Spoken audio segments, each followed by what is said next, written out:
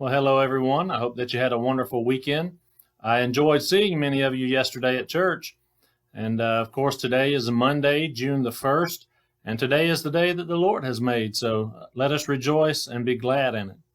This week's Bible study focuses on the Old Testament book of Ezra, and the lesson today is called The Exiles Returned Home. And we're going to be looking at the fact that God keeps his promises. The book of Ezra is believed to have been written by the biblical character Ezra, who was a scribe and a priest. And we'll find out that he was sent with political and religious powers by the Persian king Artaxerxes, and he was to lead a group of Jewish exiles back to Jerusalem. Ezra was the second of three key leaders to leave Babylon for the reconstruction of Jerusalem. If you remember, Zerubbabel reconstructed the temple, Nehemiah rebuilt the walls, and we'll see that Ezra restored the worship. We read in Ezra chapter 1, verses 1 through 4. Now in the first year of Cyrus, king of Persia, in order to fulfill the word of the Lord by the mouth of Jeremiah, the Lord stirred up the spirit of Cyrus, king of Persia, so that he sent a proclamation throughout all his kingdom, and also put it in writing, saying, Thus says Cyrus, king of Persia, The Lord, the God of heaven, has given me all the kingdoms of the earth, and he has appointed me to build him a house in Jerusalem, which is in Judah.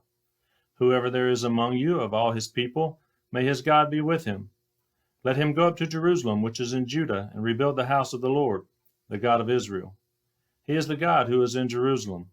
Every survivor, at whatever place he may live, let the men of that place support him with silver and gold, with goods and cattle, together with the freewill offering for the house of God which is in Jerusalem.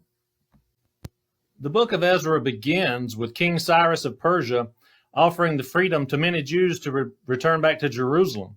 The Israelites had been exiled for a long time, around 70 years, and so a lot had happened in that time. If you followed with me through the study in Esther last week, I mentioned that not all of the Jews had returned to Jerusalem, and some of them, like Esther and Mordecai, had remained behind. It's because their lives were happening there, not in Jerusalem, and they would have to uproot themselves and their families to go back to Jerusalem. Just think about how long 70 years is. Many of them were probably born in captivity, and so many stayed behind, but many went to Jerusalem.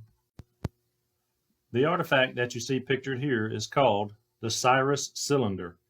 It was issued by Cyrus the Great in the year 539 BC. The writing on there is called cuneiform script. It's carved into a clay cylinder, and it tells of Cyrus's deeds in Babylon. It also describes how he allowed the captured people to return to their homes and rebuild their temples. We're learning about that here in the book of Ezra. The book of Ezra reflects God's desire for restoration and for obedience from his people. Now for us, we have restoration through Jesus Christ and his sacrifice. Remember, God always keeps his promises. That's all for today. We'll continue soon. God bless you.